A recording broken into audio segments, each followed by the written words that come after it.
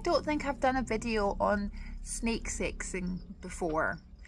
You may look at a snake, big long poo tube that it is, and the obvious question will be, how can you tell if a snake is a boy or a girl? Only one surefire way to check. Now, where is a snake's parts? Well, the snake's parts are in their tail. Is the underneath of your snake.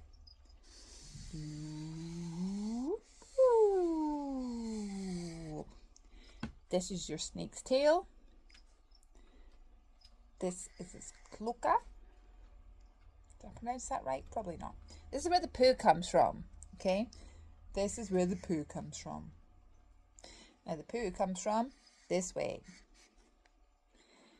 Where is the snake's parts? The snake's parts are in this part of the tail. If it was a girl, they would look like this inside. It's actually bottlenecked, so you get these stumpy little bits like this.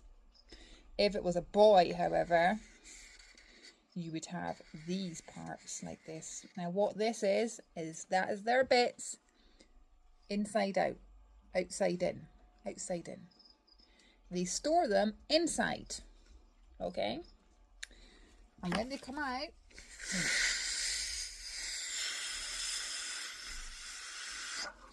yeah, they have two. So, all of this is invisible from the outside. How does that help us? Well, boys, you might want to look away. Things like this. This is a snake probe. Now, warning, straight up, warning, warning. Do not try this. You need to have had some training for this. This is not for beginners, okay? This is for people who have had some training from someone else at least and supervision to do it. So please do not attempt to do this by yourself. This is a snake probe. And don't worry, I can hear you all flinching. We have different sizes. Look at this. Is that your size? We have different sizes for different size snakes, okay? I'm using a big one, for example. So, if I have to tell if it's a boy snake or a girl snake, I need someone to hold the snake. We get a bit of lubrication and then, oh yes, we're going in for a wee feel. Now, it shouldn't hurt the snake because actually what I'm feeling in there is the outside skin. So the skin that I'm feeling will come outside. So it shouldn't hurt the snake, but it doesn't mean they always like it, would you?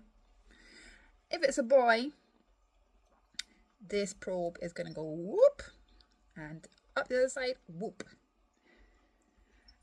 On the snake there are scales, just like these lines here. And we can use that as a measure, although in most cases it's so dramatically different you don't have to count. Sometimes you do get anomalies and you do count. Most boys, you just feel that probe go up and that's a boy. If it's a girl, if you remember my little bumpy bits at the start,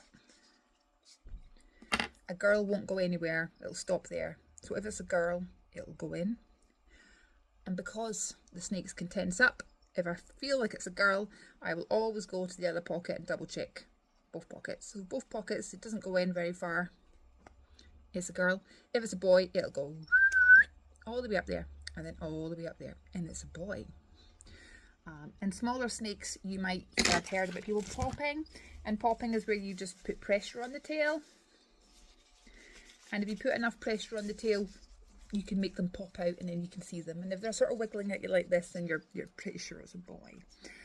Some other animals, like say monitor lizards and things, if you see them go toilet, you might see their bits come out when they go toilet. Same as snakes too. So that is the basics of how you tell if it's a boy or a girl. It's the only way I would trust. Any other ways are just 50-50 guesses, right? 50-50 odds. But the only way is to physically check.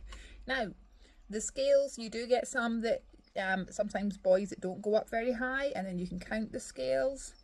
And that doesn't come up. It comes up sometimes, but most of the time you can tell it just by feel, I would say, because girls, it usually just doesn't. You sometimes get the odd deep girl, and it might go up like 4 scales, and you go, oh, that's quite a deep girl, but it's not a boy. That is how you tell if it's a boy or a girl. Like I said before, do not try this if you have had no training.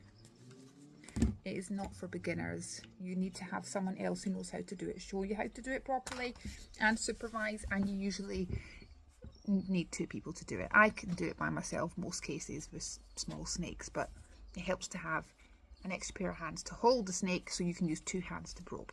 Okay, any more questions, let me know.